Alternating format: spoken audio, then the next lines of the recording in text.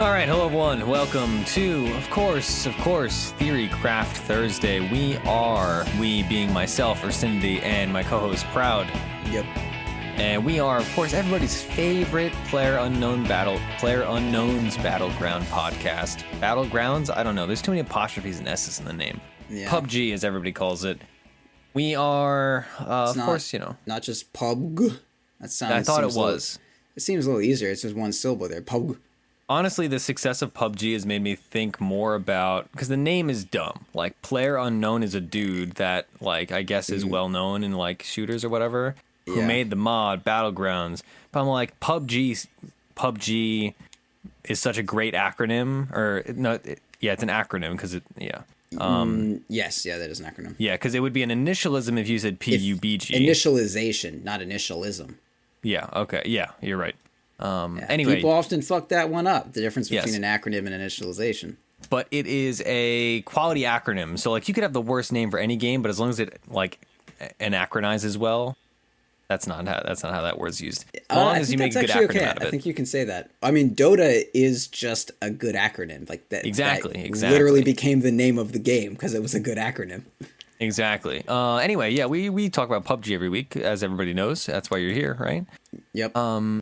I've still never played it, despite being on this podcast. I've still yet to play the game I podcast about. You're breaking the illusion, man. You're not tricking people. I'm not trying to trick people.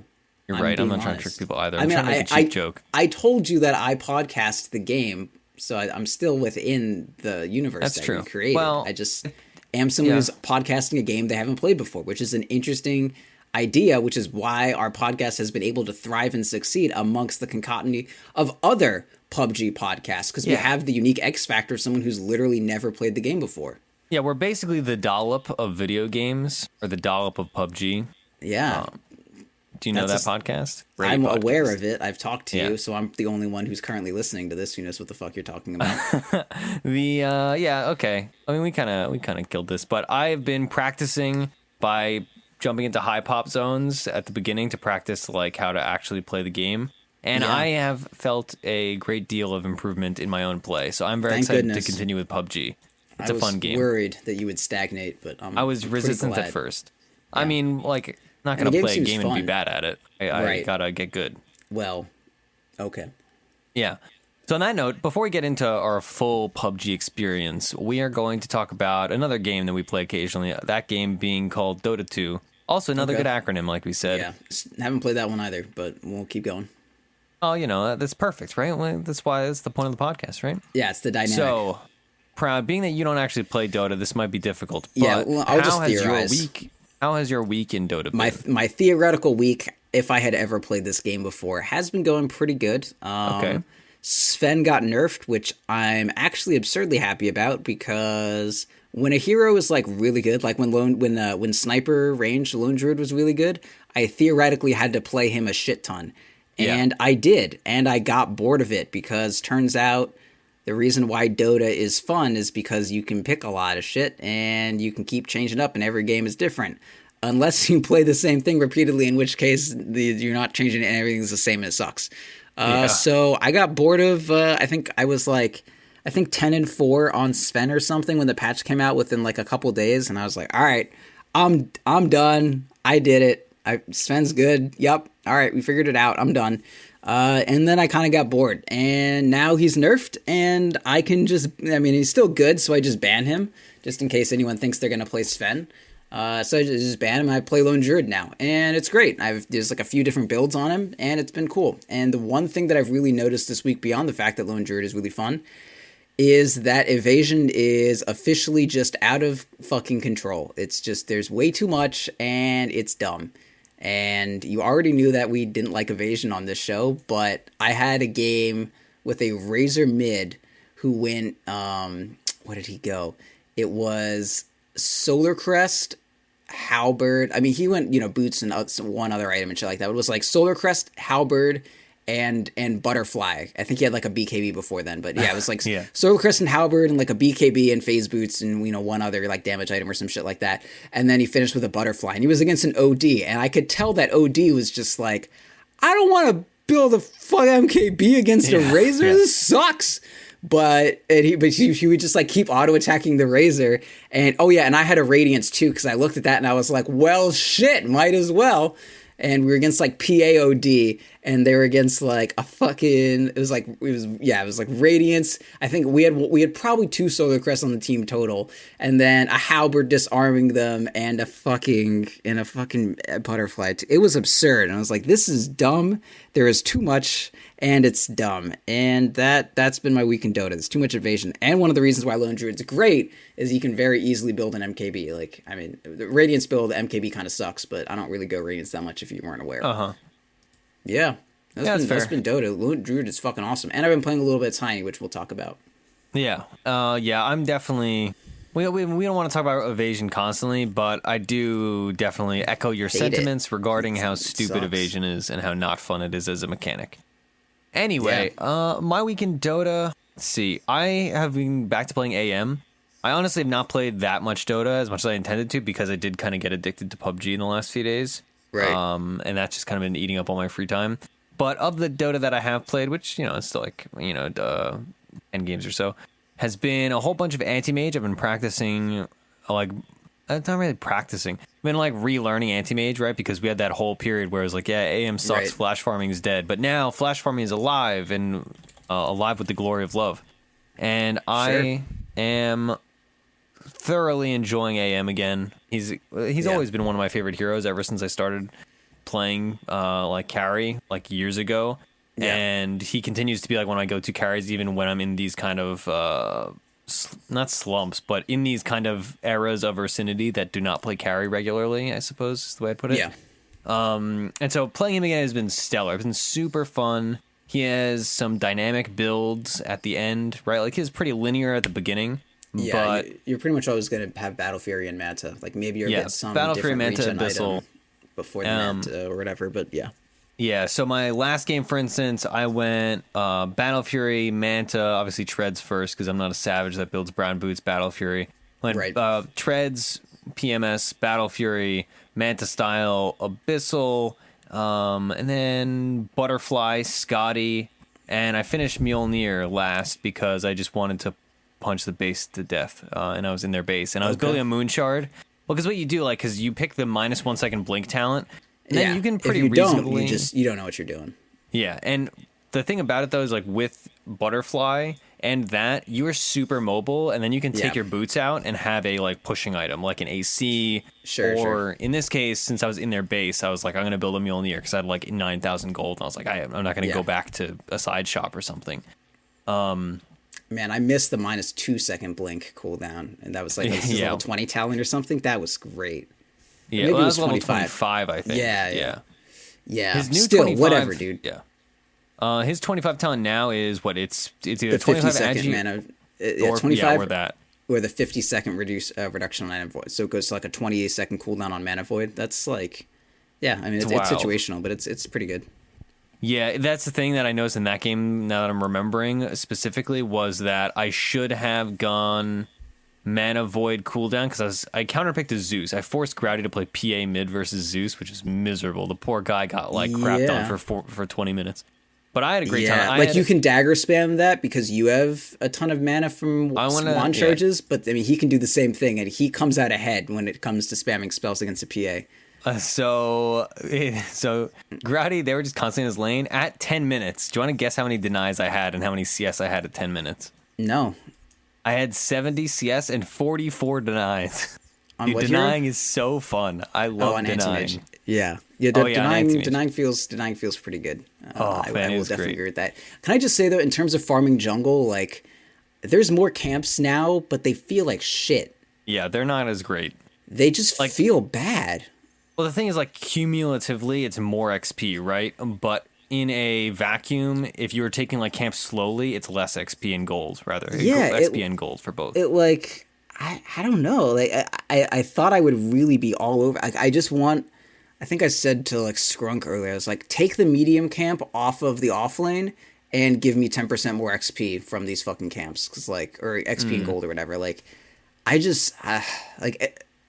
I need to farm like 8 camps to feel like I did anything with my time. You know what I mean?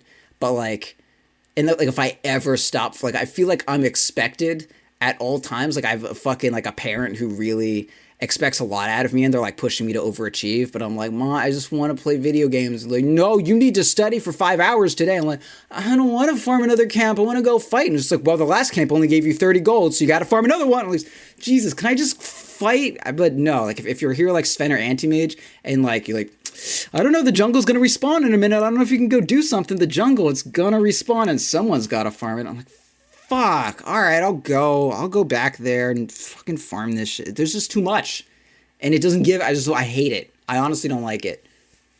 Yeah, it definitely feels like Yeah, it just feels bad unless you're flash farming super fast. Like AM, I love it, right? Because I'm like, because you're not thinking about how much gold you're getting per camp. You're just thinking about going to the next camp. But the thing is, like, I am cumulatively getting more gold than I used to in the previous patches. But if I'm playing a hero that farms jungle slowly, like a support CM, and it's like, okay, well, I spent an entire mana pool killing one camp, but I'm getting 20% less, even though they are still the same strength. Yeah, and it just, that does kind of suck. I feel you there. I have like a certain feeling of, like, I don't know. I talk about this with Omni Knight a lot in, like, Dark Souls, but there's like a certain something in some games where you can, like, really feel a lot of weight to what you're doing. Like when Omni drops out the purification, like, oof, there's some weight to that. And, like, killing an ancient creep and getting, like, 180 gold, you're like, yeah, that felt good. But then when I kill a fucking, like, a full hard camp and the, like, biggest bounty is like 60 gold, I'm like, ugh. That was just, like, hollow and floppy and just didn't feel good. And that's, I don't know, man. I have a weird kind of synesthesia thing, and I think that these jungle camps are not triggering my synesthesia in the way that I would like, unfortunately. So that's my life. I'm glad we could talk about how the new jungle camps are unfulfilling to me. But, yeah. Because this was made for me, dude. I just want to farm, but it's just not... It's like someone made you, like, it's like you custom ordered, like, the perfect fucking anything. I don't know. Maybe you're like me and you really like witch hats. It's like you spent $180 on commissioning the perfect witch hat, and then it comes and you're like, this kind of hurts my head to wear. Kind of hurts my head to wear this thing that I was really looking forward to. It's great, but kind of hurts my head to wear. That's me farming these jungles. I'm just like, this is perfect. Wait, no, it's not.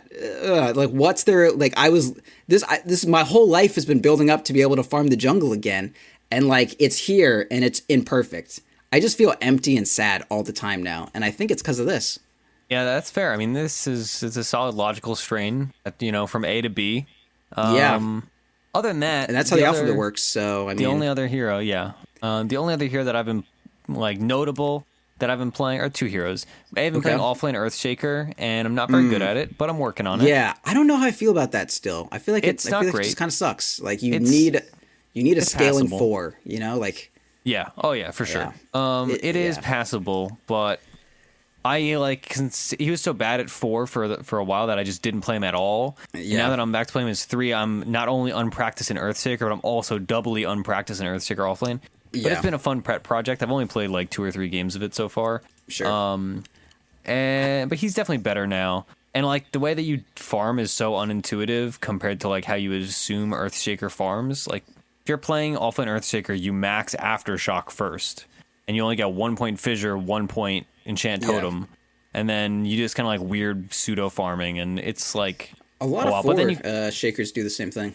Yeah. Like, 1 points in Fissure is not honestly that great. Like, the nice thing about Offlane Earthshaker is that you're pretty hard to kill because you can Fissure pretty well, depending on the matchup. You have 2 different AoE stuns around you that come out decently quickly. But the other big thing is that you get Tranquils and a Windlace and a Soul Ring, and then you just kill their safe laner right when you hit 6. Because, like, most safe laners, not Sven, but, like, I was playing against a Luna, for instance, and of course she was spamming Lucent Beams because mana doesn't exist for that hero, and she just has that up all the time. Right. And, yeah, it was terrible. Yeah, she, like, literally Lucent Beamed me every single time I got into lane because she had a CM on her team and built a Bassi. Like, how is this fair? She's just throwing 280 damage Lucent Beams at me every 2 seconds. She's got 1 clarity. Yeah, as soon as you hit like 3 on Luna, you just like, I'm just going to spam my Q. I'm just going to kind of make sure the off lane goes away. I'm just going to keep using my Q. It's great. What a hero. Yeah, it was like, it was miserable. But the second I hit 6, I just walked up at her with my crazy movement speed and I stunned her 3 Movement speed? times. Oh, he's not Tauren anymore. I can't make that joke. Fuck. You said movement speed, and I was like, cow pun, but he was Tauren in Warcraft 3. He was. But he's like this weird thing now. I love him, but he's weird. He's like a Muppet. And then I just solo kill Luna, or like the guy I was watching that plays it. I watched him solo kill like a whole bunch of random safe learners like trolls and Slarks and all this. It's super fun. I also played a Slark game, and boy, that hero's still good. Slark is solid. Did they nerf him this patch? No. I feel like they did something to him. They made Silver Edge is like 200 gold more expensive. They did make Silver Edge more expensive. Shit, I feel like something definitely happened to him, but I'm probably completely wrong. It may just be the Silver Edge thing that I'm thinking of. He's S. S is pretty far down there. Intelligence gain reduced by 0.2. Right. They nerfed his int gain very slightly. Well, yeah, so whatever. Whatever, yeah. He goes Echo Saber, you're fine. Yeah. I wanted to skip the Echo Saber, but then I was like, why would I do that? Why would you do that? No, the only time you ever, if you're like against a bristleback and you rush the Silver Edge, sometimes you can, you go a different item than I Silver really Edge. wanted an Orchid. I don't remember why in this game I wanted an Orchid. Orchid's actually pretty cool on Slark. I was against Slark who just like rushed an Orchid and was like actually super good. I also just wanted to do the cool thing and be like, oh no, I didn't go Echo Saber this game because of X, Y, and Z, and be like, oh man, I did this new innovation. Yeah, and I'm like, oh, I'm so good at Dota. But in reality, I just did what you do, and I went like freaking Shadow Blade, Echo Saber, finish Silver Edge, Abyssal, and a Lincoln's because they had a Doom. Like, how innovative. But regardless, it was fun.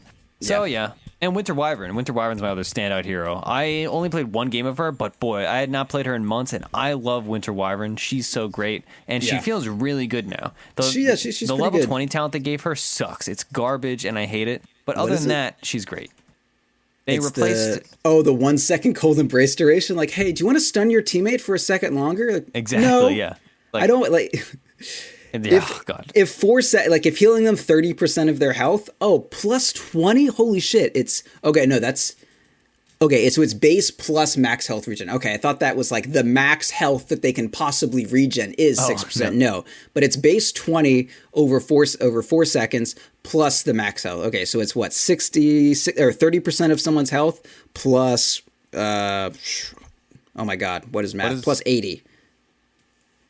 Yeah, so it's 30% of someone's health plus 80 with Cold Embrace is how much it will heal. And then you add if that's not enough, if you're not taking any physical damage and you're gaining 30% of your health, like if that's not enough, I probably just don't want you to be stun locked for another second. I basically just killed you.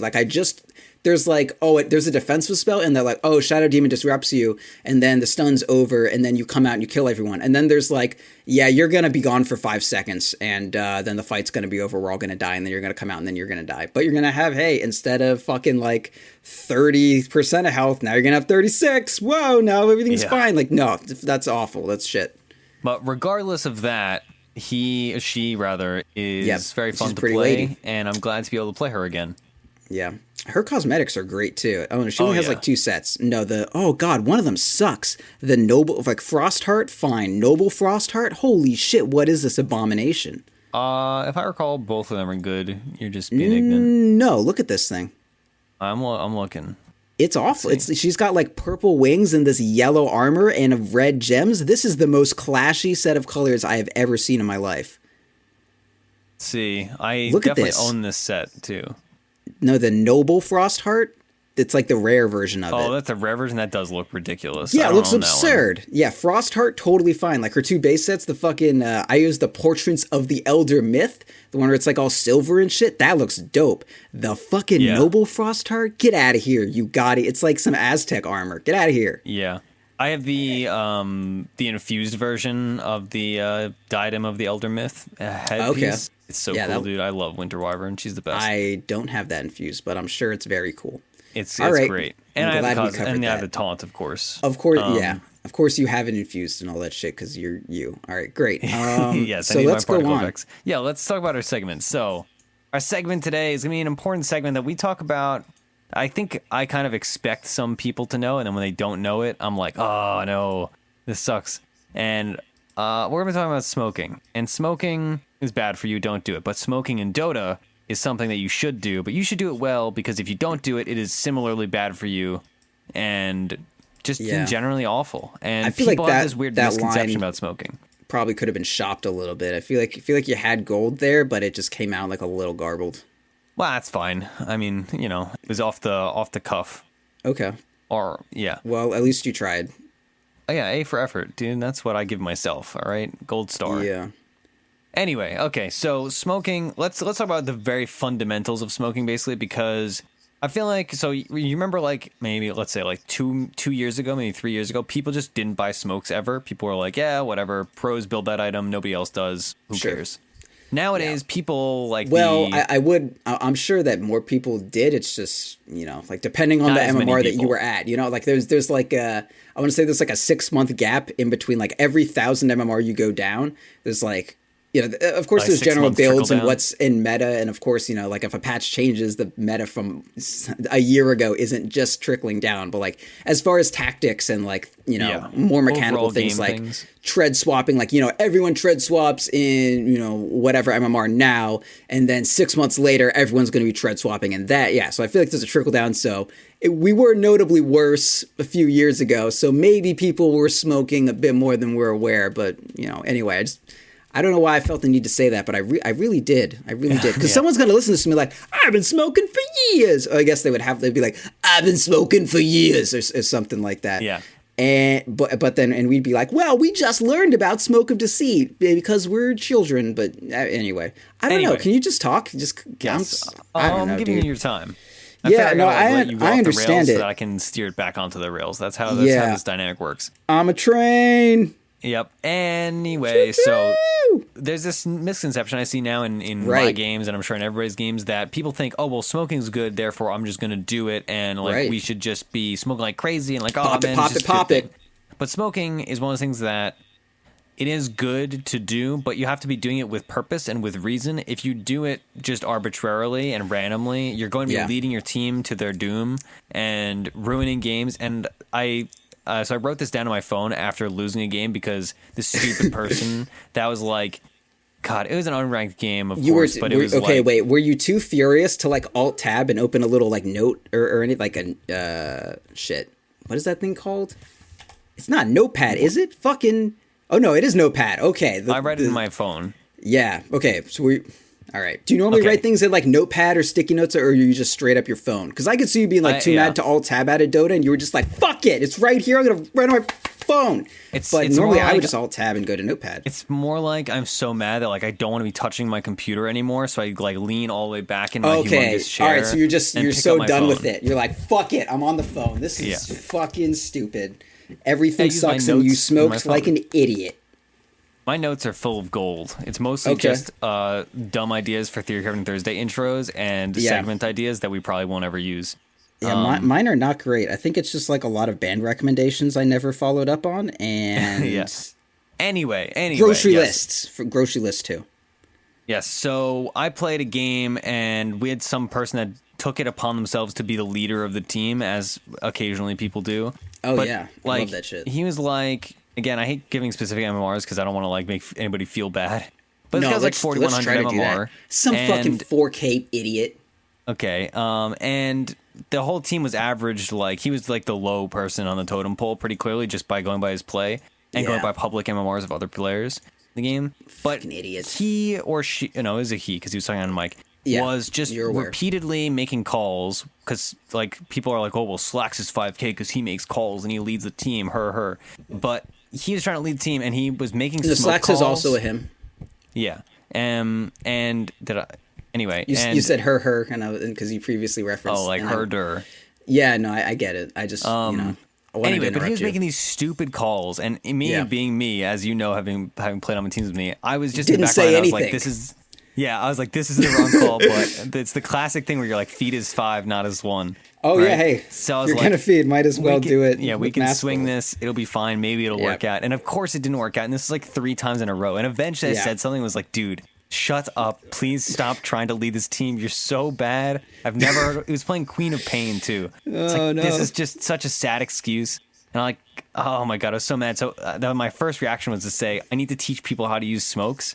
And so... that was that. So now thank God you have a platform to work through your catharsis on having a bad. I mean, we've said several times, like the reason we do Theorycraft Thursday is so we can play a game and then complain about it afterwards to multiple people besides us. Yes. Yeah. So the way that we're going to talk about smokes is we're going to just talk about the fundamentals, right? Because there's some basic guidelines you want to use in when you should be smoking, where you should be smoking towards, and when you should not be smoking. Which the not smoking parts are much simpler. It's really not rocket science. It's just I feel like it's kind of it's information that has eluded the masses. I suppose like people are still like, oh yeah, let's smoke. Let's say number one. Okay.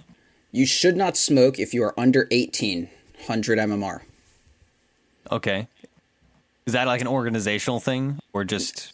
I wanted to say under 18 and then 18 mmR, but like, you know, like, oh, hey, joke. But then 8, like, that's not relevant. But under 1,800, like, I mean, if you're under 1,800 mmR, I think you can smoke. Sure, whatever. That sounds fine. Yeah, that's fine. I was like trying to aid and abet your like insulting of people, but then it turned out to be a joke, so that's fine. No, it kind of didn't really work either. I just, can we just get, I feel like we're done with smoking puns though, right? Like at least I needed to get one more out. Yeah, we're done with that. That's like, if oh man, there was a great opportunity for a pun there, you guys didn't go for it. Like, we know, we saw it, we moved on. So the first thing about smoking, like the number one, so like everything comes from this one principle rule, right? And the one principle that you need first is like smoke where you are definitely going to get a kill. And then the way you do, and like a kill without repercussions, right? And then all of the logic based around how to smoke is like things that you derive from that situation, right? Yeah, that makes perfect sense. Okay, all right. So I don't know. Fill us in, bro. How do we? Okay, so we visualize. Do Dota visualization. You go through the thing, and you're like, all right. Here's this vision I have now. I see some people. I'm not sure how I see them, but I do see them. And then they die. And I know that the enemy is not going to instantly 5-man black hole us. Like, what? How do we get there? How do I get to that situation, dude? Can you help? Okay, so first of all, you need vision, right? That's the first thing that you always look for with smoking. The easiest mistake people make, right? Yes. Is the first thing that I learned about smoking was basically that... God, it's so hard not to make smoking I know. jokes. I was about to be like, God. I mean, I never smoke cigarettes, and anytime people help me because I'm a child. But yeah, I don't know. I don't actually know anything. God, okay. So you always want to have vision, basically. The classic mistake I see is people are like, oh man, we're losing, so we need to make a big play. I think we just got to embrace it. So if you are smoke, like you need vision because you don't want to get burned, right? Like you need to see what's going on. Yeah. And you need to know which end is which. Right, yeah. You don't want to be on the opposite end of the smoke, right? Which does still work for Dota. Like you don't want to be the one getting ganked in your smoke, and also for smoking as a metaphor. This is good. We have to just go with it. It's too hard to avoid. This is a bad conversation now, but like our cast today was really bad.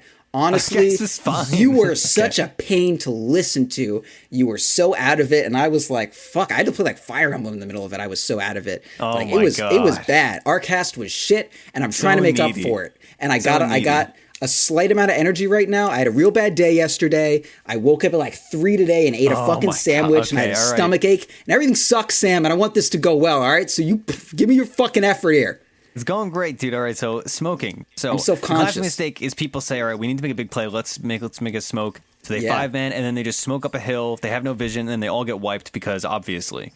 Right? Oh, yeah. That's the opposite of what I told us to envision. Exactly. So the first point you should be checking is saying, okay, we want to smoke, and this is a fighting smoke suit, not a warding smoke. We're not even going to talk about warding smokes. We are going to. That's going to come later. Okay. All right. Anyway, it's a fighting smoke. You want to be going somewhere where you have vision currently, or where you have had vision recently to give you information to make it so that smoke's not dangerous. Yeah. And in place of vision, like I guess you would say it's not so much vision as information. So like a scan also could be valid, or like something like that. Yeah. So, like, hypothetically speaking, let's say, all right, we are playing the Radiant. We just lost a bunch of tier 2s and stuff. They team fought us. They have things on cooldown. We want to smoke. Can we be dire? We have vision. We're always Radiant in every example, and it feels like very discriminatory. Yes. Well, it is discriminatory. It is. And so the dire team we have a ward in dire jungle, let's say, at like the thing closest, the spire closest to tier 2 dire top lane. That's like probably the easiest ward that I can. Yeah, the one that's like right outside your.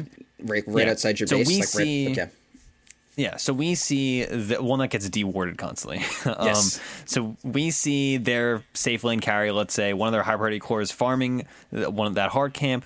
We know he or she is going to be farming along a certain path, right? So your smoke now has that information gotten already that you can say, all right, we're going to smoke through, and we're going to smoke in base. We're all going to TP to like our shrine. Then we're going to run over, and we know that he or she is going to be at this camp because it's taking us 15 seconds, and they're playing Sven, and they clear things fast. But wait, we are dire, right? Like we said, we're dire. We're radiant. Oh my god, I just said we would be dire, and then you said you're right. Okay, let's be dire. I thought you said we're always radiant, and I was like, yeah. Yeah, I know, and right. that's why I wanted. That's why I wanted to be dire, because I want to change it. Because it was discriminatory. I'm trying to fight the system, and you're fucking everything up here. Okay, I'm in It's just support of the unclear. system. It's totally unclear. All right, so we're dire. Now rebuild your situation, because I frankly didn't follow it at all. Okay. I'll explain it so that we don't need to have sides. Okay. So we see with one of our wards that's already been placed in the opposing jungle, we see a high priority target, probably a carry or a mid laner, it's the farming a camp, right? Yep. We see them leave, so we no longer have vision at purpose, but we can assume based on respawns or based on, just general Dota knowledge, game sense, they're going to be farming in a certain rotation. So our smoke now is being aided by that knowledge, right? So we can smoke through that area and say, all right, we know Sven is going to be at one of these two camps, probably this one. Then that way you get the uphill advantage on him or her and pop them right there, done, easy. And then you go and you win the game because, you got a good smoke. Good job, guys. Bad version of that is you don't have vision. You say, all right, we know Sven's farming their jungle. You try to smoke, but you smoke and he was uphill, so he had uphill advantage. Then he blinks away, you waste your smoke, or he initiates on you and you all die. Right, because he's Sven, so you can kill everyone. Yeah. All right. Yeah, so you definitely want vision. I think we established that one. Yeah. Okay. And how do you get vision though? Okay, so you can smoke for vision. That's one of the fundamentals of warding. Let's cover that later. That's assuming you don't have vision. Okay. Right, I mean, if you have vision... Well, yeah, okay. All right, like a deep ward, right? Like that's the main way where you're envisioning that we are getting vision. Outside of a Beastmaster Hawk or something, one of the precursors to getting a good smoke is that you have a deep ward or something, or at least a a midpoint ward. Like, I just saw their AM cleared the safe lane, or cleared a wave of creeps and then walked by a midpoint ward or something. Like, let's say, I don't know, let's say we're dire, of course, and we have a ward kind of around where the tier 1 off lane used to be for the dire, where the off lane tier 1, some vision there. We see, AM killed that, and then he walked down and the camps just respawned. He's probably gonna farm the jungle this way now. That's the kind of vision. Yeah, you need that kind of vision to get a kill. And to get vision like that, if you know that you want to be going for a smoke, you need to at some point place a ward that's going to give you vision near their part of the map, right? The idea of a smoke is you're trying to bypass their defenses, right? You want to go where you should not be allowed to be. You want to fucking you want to surprise them, right? So in order to surprise someone that you have sight of, that's two things that need to be present that should not be present. So placing a ward that sees your part of the map, not difficult. Placing a ward that sees where they are when they think they're safe, that is difficult. So it needs to be a ward the smoke needs to hit them where they don't think you are going to hit them, right? The idea of a smoke is it's a surprise. That's why it's good. And to do that, for it to be effective, you need to do shit that they're not expecting. So if you need vision and you need to be placing yourself there, you need to place the vision ahead of time. And then you also need to smoke to their part of the map. And that's why smoking is hard, because you don't need to just, we smoke and then let's go to their part of the map, and then you need to smoke somewhere where you have already set up a smoke. Yeah. And worst case scenario, a thing that I do while smoking, even if we have vision already in the opposing jungle, let's say, to continue the example, if you have wards and you're playing a support, you can ward while you're smoked to gain more vision, right? So saying again, okay, so for the sake of argument, we are dire team smoking the Radiant jungle. We have a ward at Radiant tier 2 in aggressively, so we see somebody. But during our trip, they're not where we expected, whatever.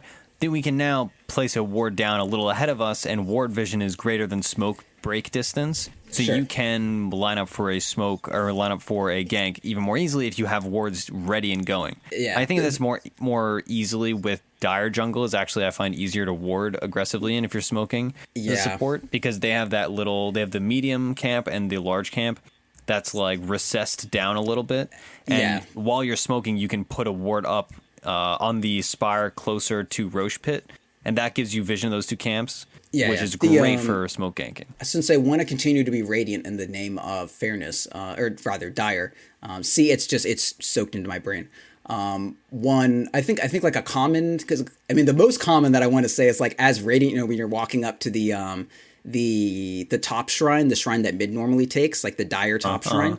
Like normally you're walking up those stairs and then like, you know, the radiant support like places a ward there and then you see there's no one there, like, okay, it's clear, let's go. And then you walk up those stairs. But as dire, like I guess there's the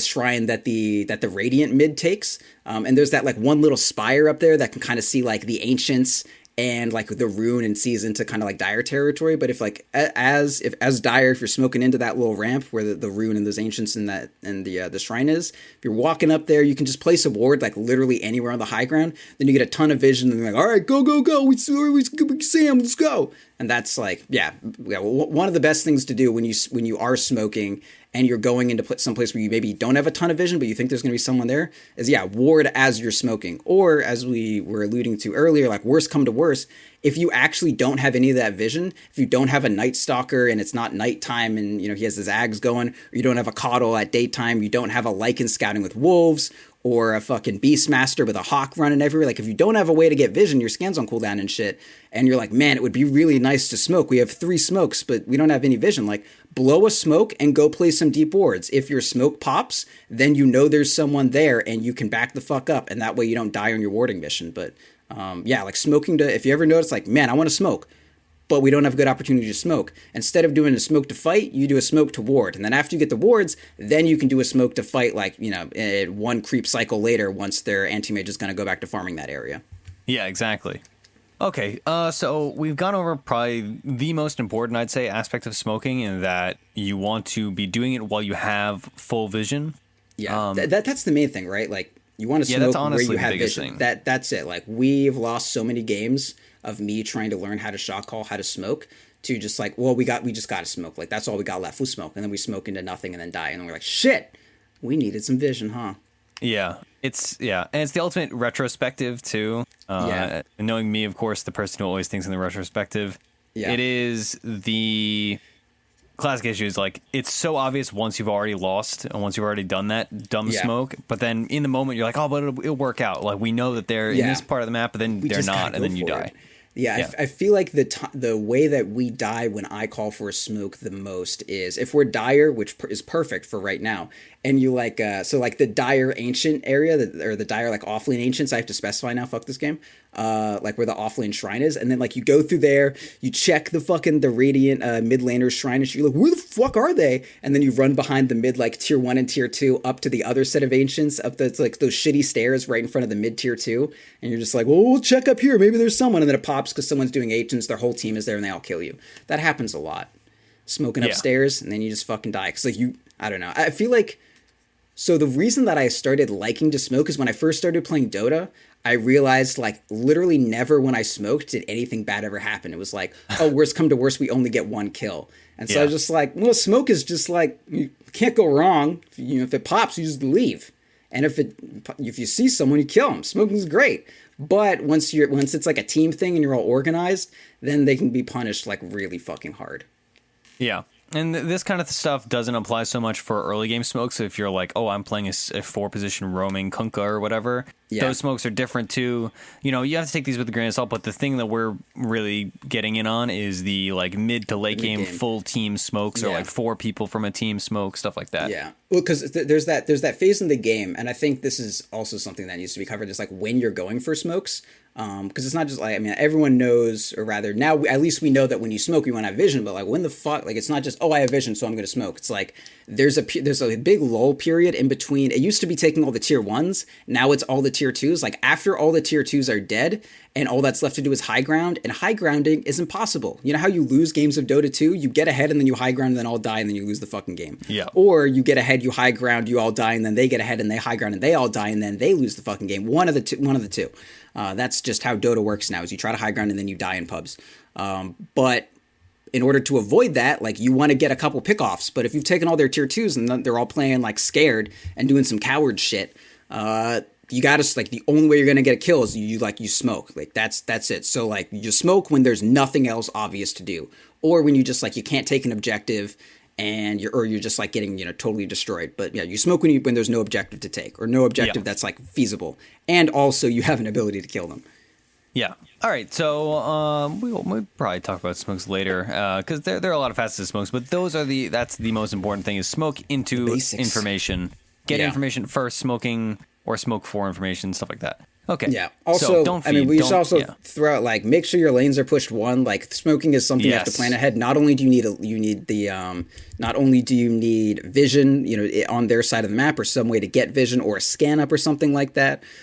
Your lanes need to be pushed. You need to make it non-obvious. It needs to look like, oh, they just pushed the lanes out, and now they're going to do a set of jungle camps, and then they're going to go back to doing the lanes out. Like, the way you disrupt this, oh, they just put the lanes out, and then they're going to do, like, some jungle camps and stuff. No, now you're not going to do. You're going to smoke. You're going to smoke now. You tricked them. It has to be a surprise. If it's not a surprise, it sucks. The other way is you need to be smart about, like, who you're smoking with, right? Like, if they see, if the only person they see on the map is Spectre, there's a pretty good chance that the enemy's trying to do some aggressive stuff.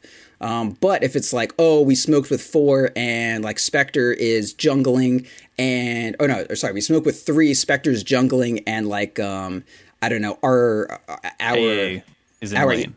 Our ancient apparition is in lane. Well, that's also kind of suspect. But, like, I'm talking CM. Like CM is a great one. Like, CM is pretty good to have in a smoke, but also she's not completely necessary, right? Like, if you have CM and Slardar, and then your offlaner is like a Centaur or something like that, it's totally fine to just gank with, like, the Centaur and the Slardar and your, like, mid invoker or some shit like that. Like, you don't need the CM there. And if you're showing one of your couple gankers, like, that makes it so much easier. Like, when I'm playing anti-mage, I don't need to see shit. All I need to see is, like, one of their stunners, and I'm like, if this pub is gonna smoke, they are definitely gonna bring their Slardar. There is no situation where this pub does not smoke with their Slardar. The Slardar is probably the only one who's gonna buy a smoke. So if I ever see Slardar, I know I'm not getting smoked on. So, like, the way to circumvent that, if you're dealing with competent opponents who are maybe going to predict that they're getting ganked, like, leave one of your friends at home, and then they'll be like, wow, there's no way 3 heroes can kill me, and then you will. Yep. All right, so that's cool. Yeah, let's go on. Let's talk about our heroes. Sure. What heroes? We're going to be playing Jakiro and Tiny. I'm going to start Jakiro because this one's quick. Tiny we're going to go into more. We've talked about a good amount of Jakiro, I think. We've played him a couple times. We played him fairly recently, but he's like good now. He's the new hotness of 7.06. He's what changed? Like first picked in, Star Ladder that just finished? So, TNC 1437, aka all the letters, or the number of letters in the sentence "I love you forever." That is the cutest fucking story ever.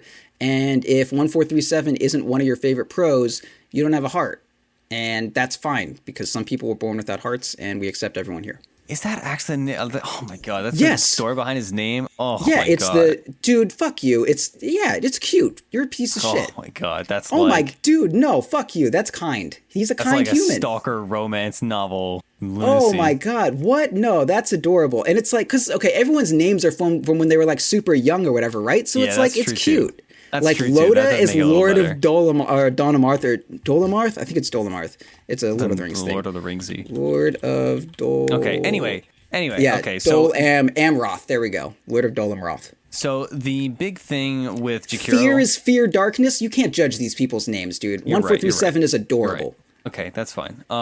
So the big thing about Jakiro that's made him better is that he's been consistently okay for a while.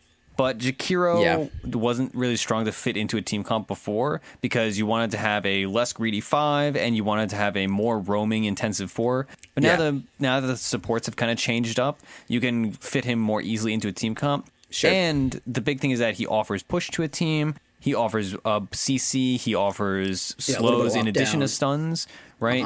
Uh-huh.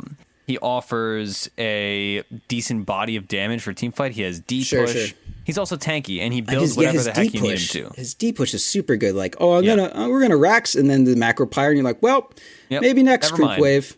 Yeah, it's there's like some build you can do where you can have a macro pyre literally every wave, and with the Ags, like, you will never lose backdoor protection on one of your Raxes. Imagine, like, that plus Techie's Mind Sign. Holy shit, fuck this game. Yeah. Like, you mind sign one lane, and then, like, a coddle or a tinker or whatever. Jesus Christ. Anyway, and you have a sniper carry, even though sniper's a shit carry. You just have a sniper that game. Damn. Anyway, Man, we should do this 5-man team where you can literally never lose. Anyway, let's do that later. That sounds absurdly stupid and not fun at all. Yeah, that sounds not fun. That sounds like some Leafy Peachy build right there. Like, Oh my god, yeah. That's like you have Leafy Peachy on and you're just like, all right, let's figure out a way to make the game as long as possible with as few win conditions. I know Jakiro's hey, Jakiro, he's got that fucking plus 400 attack range and liquid fire siege. Easy. Yep. No way to you'll eventually win. Anyway, but yeah, so he's strong right now and he's tanky, and that's the thing. He's hard to kill. He's good at a lot of things, right? Big fat boy. Super skirmishy. He can build what the team needs. He usually just goes like 4-staff Yules, stuff like that. Yeah. And once he gets, do you still like Yules on him? Oh yeah, for sure. I mean, I wouldn't build it every game, but I would build it most games. It's just at a kind of weird price point for him as a 5, I feel like. Because a lot of time he was like a 4, right? And that was like in this heyday of Yules, it was like either Offlane Jakiro or like 4 Jakiro, and you were able to get the Yules a shit ton.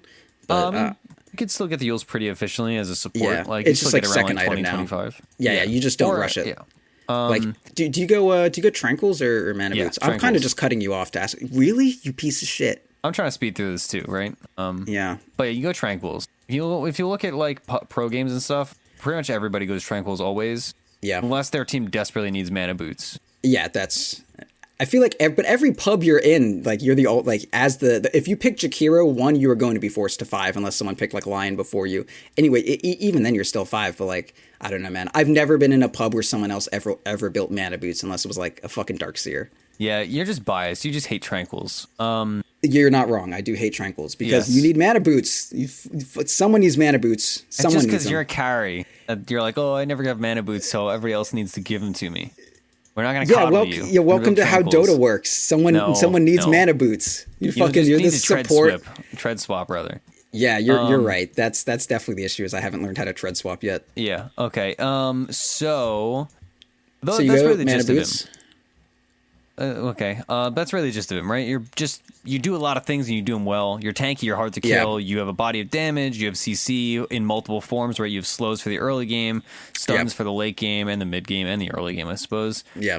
What you're doing is you're getting, it's pretty decided now, as much as we're both Dual Breath fanboys, it is decidedly you get Dual Breath at level 1 or level 2, depending on the lane. Yeah. Then you max Liquid Fire first and you get, and Point and Ice Path at 3. You have solid kill potential with 1/1/1 at 3. You have a strong lane presence. You're good at pulling. You can take stacks at level 6 if you make them with macro pyre. Oh, for sure.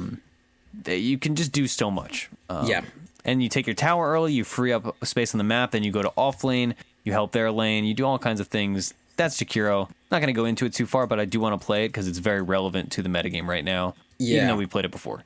I want to add in a little bit about Jakiro because, as you know, this is one of my favorite supports, if not my favorite. It's just it's good. I want to say it's just because it's not that good. It's not my favorite, but it is super good. It's like absurdly good. It just in the past it wasn't that good. So I haven't played him yet this patch, but I mean, it makes total sense that he's good, right? Like he farms really fast. Literally all of his spells are AOE, and AKA he kills camps well. And there's a ton of camps now, which is great. And as you said, like the position of 4s has.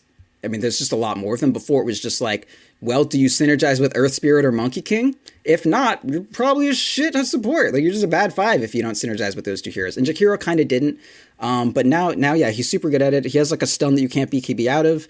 It like can scale later, late game to a fucking like what? A 3.75 second stun? That's max ice path with the talent? Like holy shit. That's insane. Sam, that's too much. That's a lot. It's too much. It's a lot. Good. How is Tiny? You're talking about a new build. All right, Tiny. So this is a build that Scrunk messaged me about yesterday, and originally we were going to do Lone Druid, but I really like this build. And Scrunk is like a straight up phase boot person, and I am for the most part as well. It's just treads are like 10 fucking stats now, so it's absurd. But he's like, yo, go phase on Tiny. And I'm like, yo, what about his attack speed? And then Scrunk didn't respond. And I was like, okay, I guess so. So I tried out. It's actually pretty good. So Tiny gained like a bunch of, he gained like 4 base attack this patch or something like that. And then also his ulti adds I think like 5% or some shit. It's not even on the tooltip anymore. But basically, no, it's like 3 or some such. Anyway, once you have your ulti maxed, your Craggy has a 10% increased chance to stun. So if anyone within like melee range, it's just any melee person hits you, they have a 35% chance to get stunned for 2 fucking seconds. That's 2 seconds. That's a long stun, dog. Yeah. It's a big one. And does it pierce BKB? It pierces BKB, right? No, that would be wild. You can silver edge it off though, of course. Like Slark is actually still really good against Tiny, even though you can pop him. It's actually a pretty even matchup. Anyway, so Tiny, he has a lot of move speed now. There's a lot of stacks around, so Tiny's pretty good for that. And kind of unpacking the way that we deal with farm with the new jungle, as I was bitching about earlier, it's like farming 1 or 2 camps gets you less than before. It's only if you can really take advantage of how many camps there are that you're doing better. But hero kills are largely still the same as they were for the most part, and maybe some heroes have more net worth because they're taking advantage of the jungle change and they're worth more money because of that. I guess maybe that's one thing you could read into it. But Tiny is a hero that can both like rove through the jungle really fast, or he can just be a person who kills everyone he sees early game. So Tiny, the way that I play him right now is early game. I'm getting like phase boots and drum. Getting bottle, of course, but it's really just like a phase boot drum, maybe a wand, maybe a raindrop, something like that. And I just have an absurd amount of move speed and I walk around killing everyone. And I don't get ags for the most part. The ags is really tempting in terms of like being able to just like farm a shit ton. But there's just other things you need. Like the hero needs armor. BKB is an insanely good item. You want to have a blink dagger. You have a boot. You can't not have boots. Your drum you don't really want to replace. It's nice to have like a Shadow Blade or a Silver Edge so that you can like blink kill someone and then Shadow Blade out. So you have like a way to not just die every time you commit. Like E-Blade is even acceptable. Like there's so many items on this hero. Like you want Daedalus is also great. Bloodthorn is sick. Like fucking sometimes you need a Lincoln's. Like there's just too much shit on this hero to always be to like use a full slot on ags. Like all this item does for you is it changes your toss bonus from 35 through 65% damage on toss, and it brings it up to like 80, so it's like nothing. And then in addition to that, like the stats on it are kind of whatever. It gives you like extra attack range, which is kind of cute, but you're blinking on top of people anyway. And then it gives you the cleave. It makes it look cool. That's the main thing, right? So there's the cleave, which feels good, but like, I mean, as far as killing camps, like you have toss, you're fine. You don't need cleave that bad. But it gives you extra damage on buildings that doesn't work through backdoor protection, which if you follow my Twitter, I just learned and I'm very upset about it. But yeah, I don't know. Like Ags just doesn't really give you that much, even though like he has an entire cosmetic slot for like after you get Ags. Like the game assumes you're getting Ags on Tiny, but it doesn't do anything. Like it's just not good. So I want to get Ags, but I don't. So like the way the build normally ends up. So what I have like, let's level me up here. Let's get me to 6. Let's get my ulti. So what with your ulti, you have like 325 move speed base. So if you get like phase boot puts you at 370. When you activate your phase boot, just like, I'm just straight up Tiny at like fucking 6 minutes into the game, 7 or something. And I have my phase boots. I use them. I go to 460 move speed. Like that's insane. Like right after you get your boot item, you just press a button, you go to 460 move speed. That's fucking wild. All right, and then you get your drum and you use phase boot. Wow, 483. You have 483 move speed every time you hit phase boots. It's unreal. And then if you go up to level 12 is your next point ulti. And you have like 400 move speed base. It's just so fucking good. And then you go up to 500 when you use your phase boots. Like you're just fast as shit. And the build up for drum is also awesome. The 50% mana regen on it is incredibly good for Tiny. And then you get the 12 int talent as well. And like you basically just have mana forever. Like you have a bottle too to kind of take care of your health. The change that makes strength give you twice as much regen as it did before actually helps Tiny a ton. He's a hero with 3? Yeah, so he had 3, now it's 3.3 because of the patch.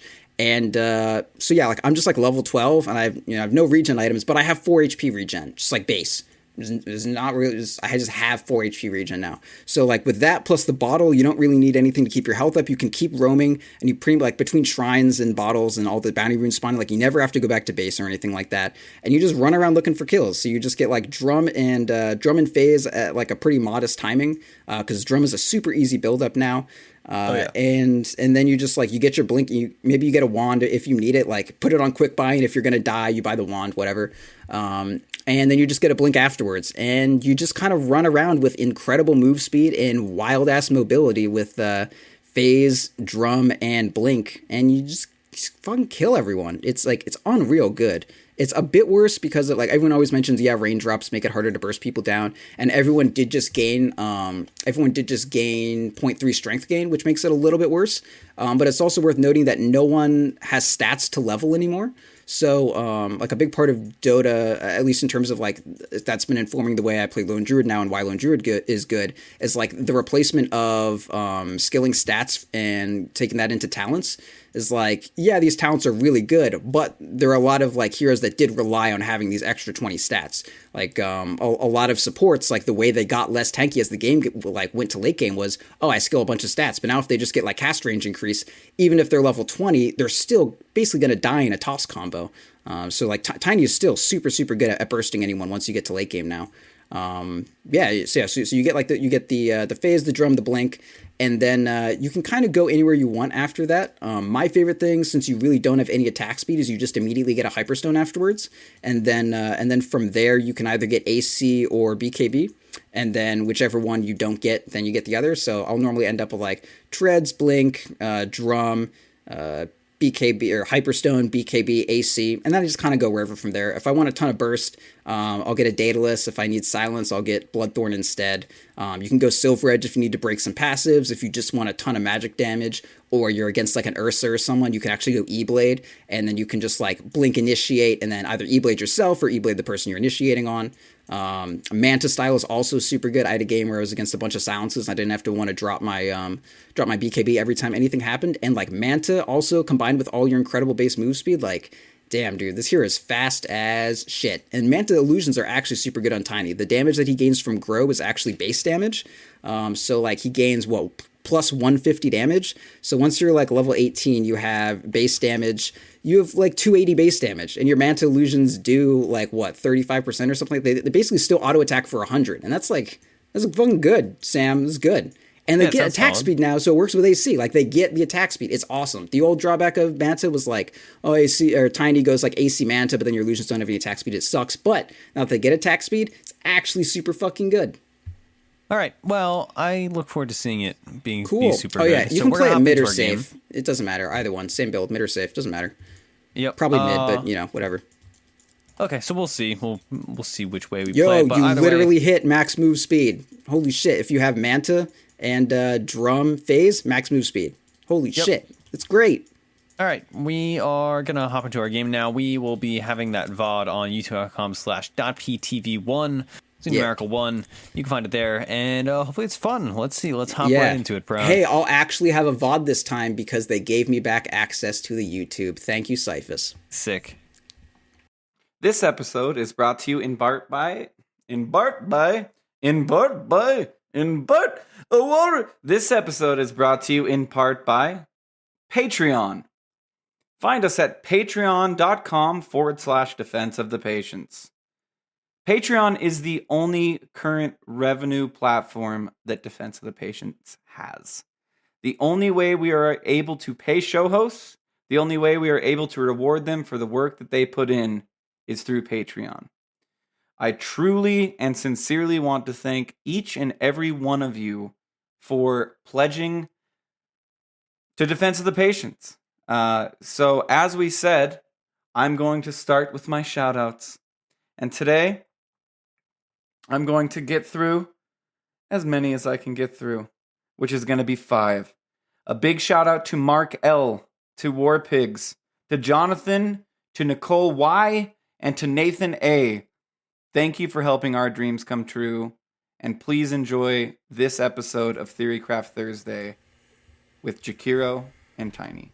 All right, level 1, we are back. We have just completed our game. It was a long game. It was. We haven't had a long game in a while on the show, actually, recently. No, I think we normally, like, longest we really go is like 50 sometimes. But yeah, it was a big one. We've had 1 or 2 long games. But yeah, this was a 70-minute game. And just going by the teams, you'll see why. So the enemy team was PA mid. They had an off-lane dual lane of Slardar and Underlord. They had a safe lane dual lane of Rubik and Lifestealer. Our team had a middle Tiny, played by Proud, of course. Myself on Jakiro safe lane, paired with a sniper support safe lane. We had an Enigma in the jungle. And the only really weird pick of anything here was we had a Kunkka off lane that went about as well as you would assume a Kunkka offlane does, which is not well. And especially when matched against a life stealer, period. Add a support in there, and that's not a fun situation. Yeah, so we ended up losing. It was a fun game, though. We had chances to win. It just we were like stomping at the start. Yeah, but they built a bunch of Midases, and we had trouble grouping up and pushing. I can attribute part of that to obviously us just being a mess, but another big part of it was just Underlord. Like anytime you try to siege anything, it's like, all right, a rain of fire. Goodbye. And their pickoff was great. So, and Sniper turns out it's actually pretty vulnerable to a Slardar Lifestealer bomb. In case anyone didn't know, that's kind of like a main weakness of the hero, especially when you're incompetent. Right. Slardar also got a lot of farm because of the aggressive offlane dual lane of Underlord Slardar. They split farm, but most of it went to Slardar. They didn't get kills. We actually, Sniper and I killed them a couple times. Proud, you rotated once and we killed them. But I think I rotated. I mean, depends on what time of the game, right? Yeah, it was early. You rotated once and did nothing and then left, and then you rotated once and then we got kills. But either way, we didn't really die in that lane, but the problem was, even though we were fending them off and was dual lanes, they were getting things out of safe lane and off lane, and our off lane was getting nothing. And yes, we did have a jungler, but it did not balance it out quite enough. Not as much as we would have liked, at least. Yes. So they had the Slardar blink timing paired with Lifestealer, and the Lifestealer and the Rubik and the somebody else. They had 3 Midases on their team. A PA had a Midas at one point. Yeah, the PA went like an early Midas because she had a very not an early Midas. She ended up going a Midas because she had a very bad time. It's like a 19-minute Midas or something like that. Yeah, but anyway, so as expected, the team that in the Super Late game, they had a lot more items. We didn't scale quite as well, particularly our Kunkka. If we look towards net worth, after a 70-minute game, he had 15.5k net worth. The second lowest was me at 20k. And that's not counting about, obviously, all the wards and stuff. So he had a really bad time. But let's talk about us instead. How did you feel about the Tiny? I know you're still in the testing phase of this build. Yeah, so I really liked the laning phase. I totally stomped that PA. I really like mids that have a variable build based upon the matchup. OD, I'm going to go orb build because I'm against a Storm or a low range hero like a Storm or an Ember Spirit or something, and this one specific build totally stomps. And against this PA, I was like, yeah, I'm actually just going to get a Craggy level 1, and I'm just gonna punch her. And she had Dagger and a Poor Man's Shield, and I had Craggy and a Poor Man's Shield, and turns out the 75 damage hero with Poor Man's Shield and extra armor, and every time she right clicks me it stuns her. Turns out I'm better than her. I just kill her. So I traded hits with her a lot.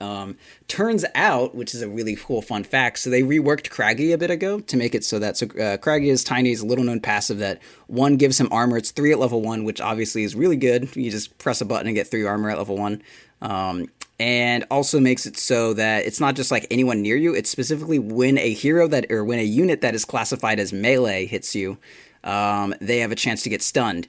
And similar to how PA's dagger procs her items that do things if you throw a dagger with a basher, it's gonna have that 25% melee bash chance. If you throw a dagger on a Tiny with a 25% Craggy chance, you may just get stunned.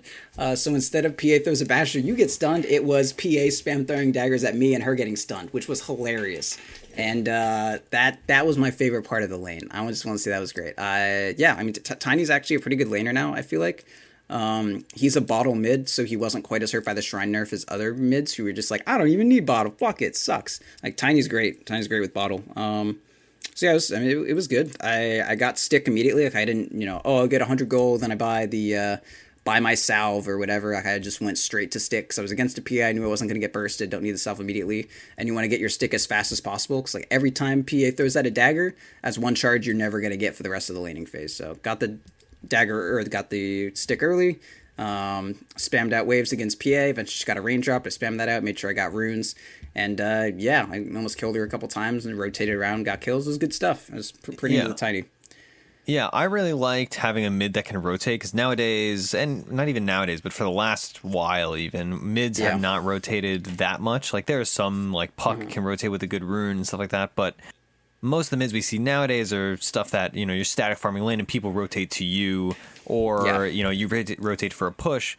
Tiny could really just be a threat at any time to any of the other lanes. So even though that didn't happen that much this game, I think it was definitely a nice thing to have in your toolkit, basically, compared to having like a mid, any number of other mids that's like, oh, well, if you rotate, it's either super obvious or it's ineffectual. It was really good.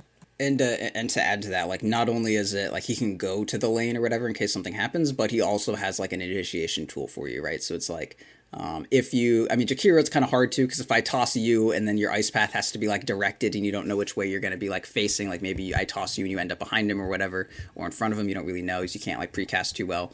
But like if you were a Sand King or Rubik or whatever, I could just toss you onto their offlaner, and then like he thinks he's safe. Whoa, he's not lifted. Then Tiny pops up. Oh, I stun him, and like wild crazy shit occurs.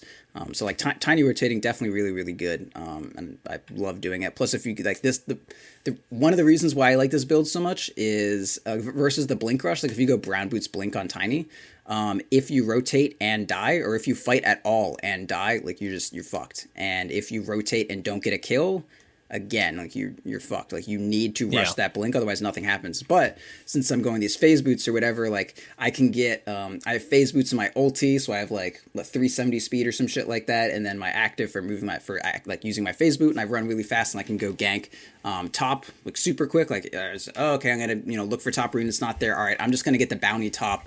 And then if the offlaner's in a kill position, I'll just kill him. And if not, then, whatever. I'm super fast. It's fine. I'll just go back to my lane. Just go in like a phase boots and like wind lace and a sage's mask. And just like anytime I wanted, I could just walk somewhere and get a kill if it presented itself.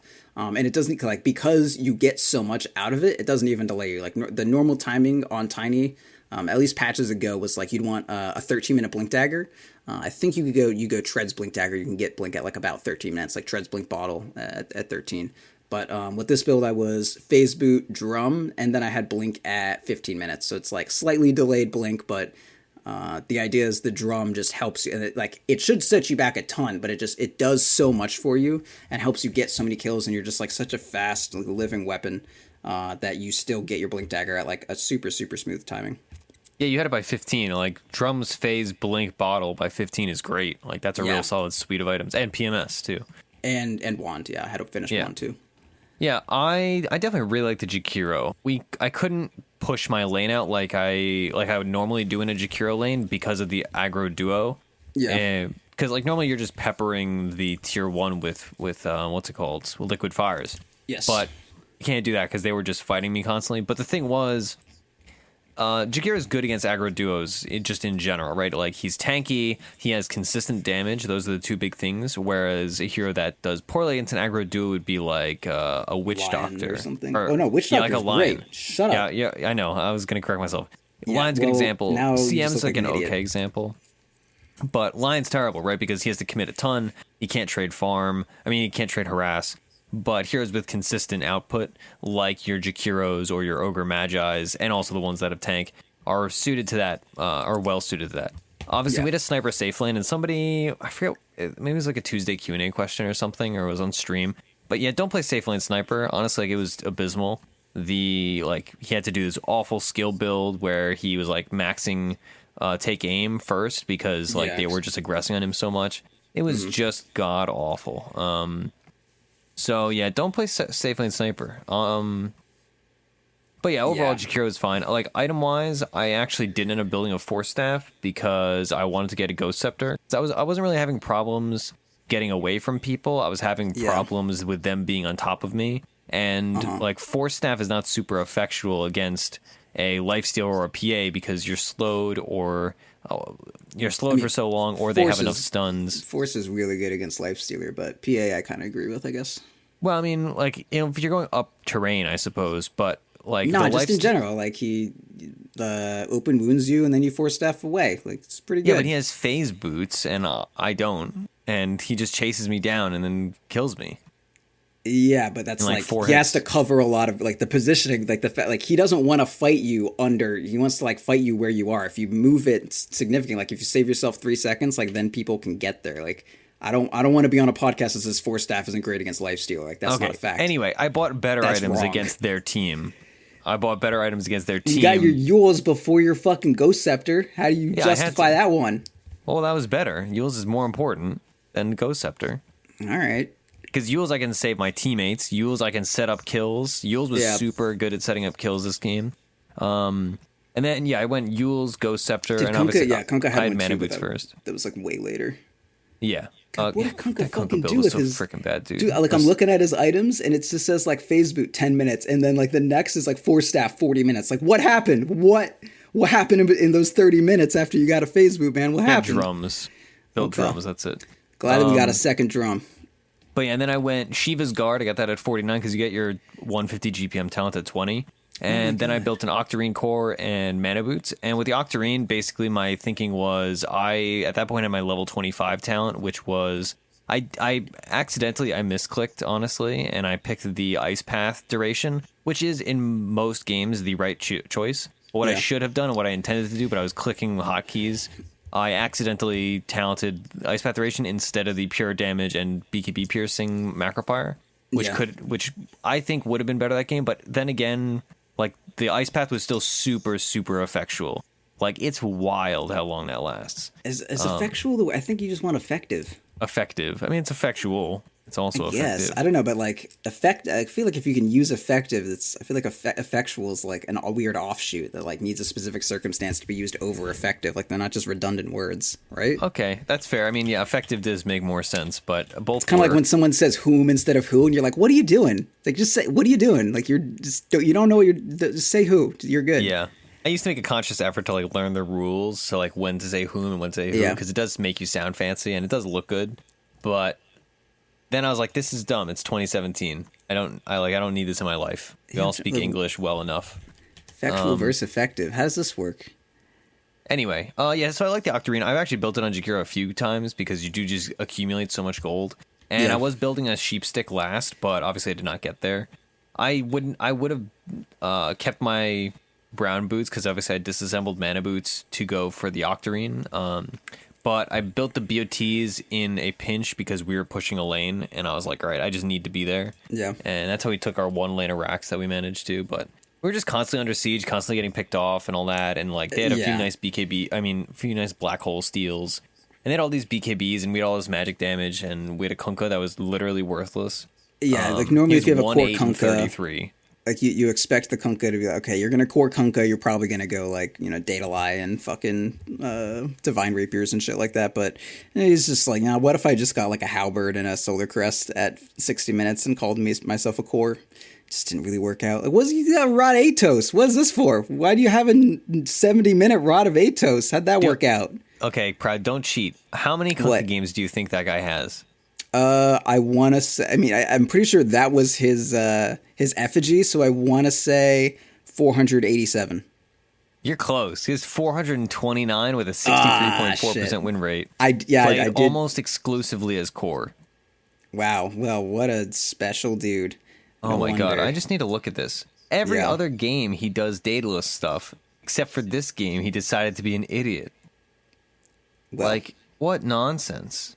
And he also built Shadowblade. God, I hate Shadowblade Kunkka so much. Okay, I don't want to harp on this poor guy. Actually, I hate him. But So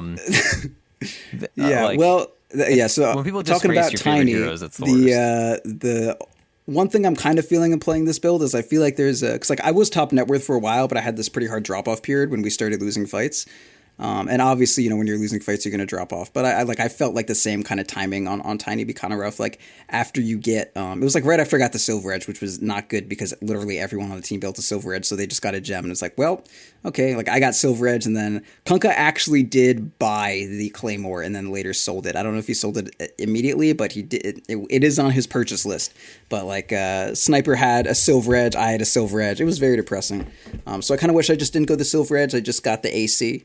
And I liked the Butterfly that I got pretty well because they didn't have any MKBs and they had a ton of right click. And I was actually super survivable after I got the Butterfly. But it was just, I don't know. I definitely need to be looking at what exactly I'm itemizing for after I finish my, it's like the phase drum blink. Super good. Really good. AC is almost always good too. But like, there's like some item you kind of need in between Blink and AC, and it's normally like Hyperstone and then BKB then AC. But even that, like I'm still just like not sure what that last item on Tiny should be. Like if I switched out this the Silver Edge with something, I'm just not sure what I would want. I don't know. Yeah, man. I agree. I don't know. It was definitely like a rock and a hard place, no pun intended. Actually, pun intended. That was cute. Yeah. But it was definitely one of those times where, like, even if you watch the VOD, you just hear Proud for like probably 10 minutes. I would say you're just like putzing around between items. You're like, I want to build this, I want to build that. I don't know. Yeah, it's like I want ags, I want fucking data lists, I want BKBs. Sucks. I wanted an MKB. This is awful. Yeah, it was rough. I'm kind of done with my analysis game though. Like, yeah, I'm good. I mean, it wasn't a bad game. It was just one of those poor games where like just you lose gradually. And, like, you have a chance, so you don't lose hope, but you also kind of like lose hope every time your sniper gets picked off in a stupid position. Yeah, I mean, it's like sniper against PA is hard. Sniper against Slaughter Lifestealer is hard. Sniper against both is not a good position. Dude died a lot. I guess he didn't die that much, but he died at all the important times. Yeah. He died when he needed to. Yeah. Okay. Oh, let's hey, he's one of those people with like a random picture of just like a random scantily clad girl as his profile picture. That's why we lost. You always got to be suspicious of those people. That never bodes well. Yeah. All right. That's reference to a Discord conversation everybody else missed. But okay, so let's do some plugs. So you can watch the game that we just played on youtube.com/.ptv1. You can go to our website, defenseofthepatients.com, where you can buy merch. You can do all these kind of things. You can check out our Amazon banner at the bottom, and it costs you nothing less. It just gives a little cut to us and helps us support the show. We got a Patreon, patreon.com/defenseofthepatients, where you can get all that kind of stuff. You can also find us on Twitter. I'm at Ursinity. Proud is at ProudDota. Our show is at .p_show. Our Twitch channel is twitch.tv/.ptv. That's probably it. I mean, we might have other things. I feel like if people listen to the show regularly enough, they'll figure out what we miss every week, because we definitely miss at least one plug every week. Yeah. But yeah, that's that. We're streaming on Twitch a lot more often nowadays. Roland, obviously, he's busy, so he doesn't stream as much as he tries to stream a lot, but I'm trying to stream more, and we're getting stuff done. We have our next long 12-hour stream on June 10th, and that'll be fun. I'm not sure exactly what we have planned there, but maybe some more Dungeons and Dota, maybe something else. Who knows? Anyway, thanks for watching, and remember, this has been our theory, but if you lost, Proud finished it off. It was probably your fault. We got to just do the classic every so often, That's fuck good. Off. It was definitely your fault. Oh, okay. It sounded like you pointed that one at me and I wasn't really that into it.